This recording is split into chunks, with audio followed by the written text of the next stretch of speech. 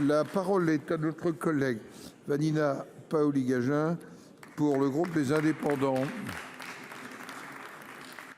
Monsieur le Président, Madame la Ministre, en France, chaque village a son église, chaque église ses vitraux. Ces créations, qui datent souvent de plusieurs siècles, illuminent le patrimoine de tous nos territoires. C'est particulièrement vrai dans l'Aube, où l'on compte la plus grande concentration nationale de vitraux, avec 9000 m² de verrières réparties dans 200 édifices.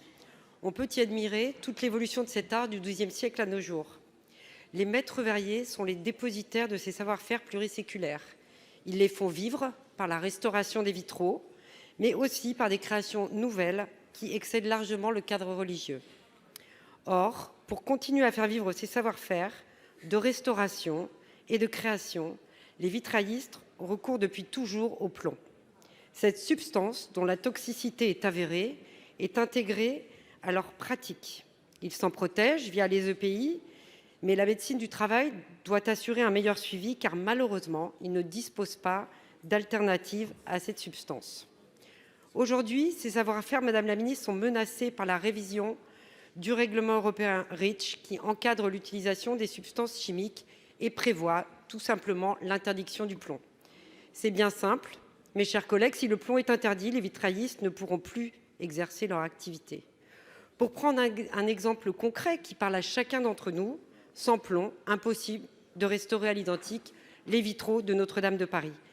J'ai déposé une proposition de résolution européenne pour défendre cette exemption de droit et sans frais pour tous les vitraillistes.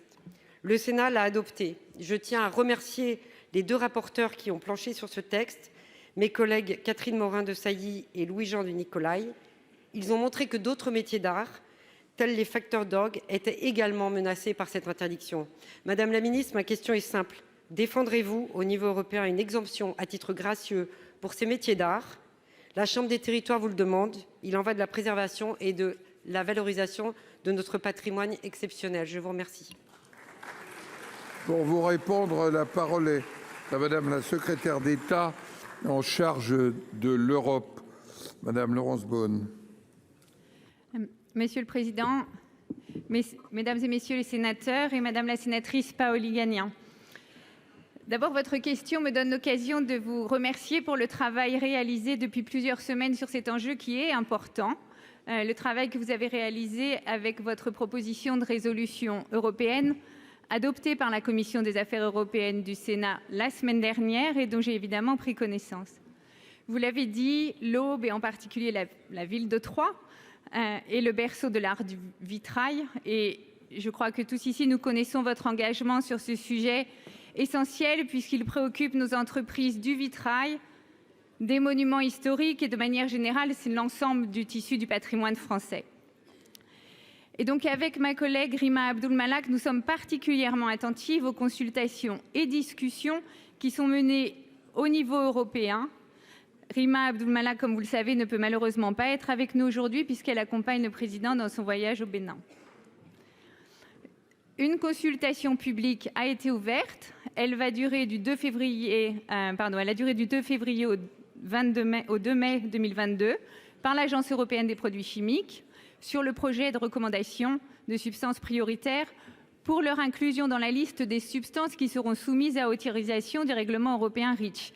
Je souligne que celui-ci ne prévoit pas l'interdiction, mais il propose de soumettre le plomb à autorisation. Et le résultat de la consultation n'est pas encore connu. Donc le comité des États membres, qui s'appelle comité REACH, devra se prononcer sur le tonnage, sur la dangerosité et le caractère dispersif, et il examine évidemment l'impact sur l'industrie. Vous nous l'avez demandé, le gouvernement entend évidemment la voix du Sénat sur ce sujet et je peux vous assurer de notre pleine mobilisation auprès de la Commission européenne pour garantir que toute évolution de la réglementation en la matière permette de préserver l'ensemble du secteur du vitrail, des monuments historiques et du patrimoine culturel. Merci madame. La parole est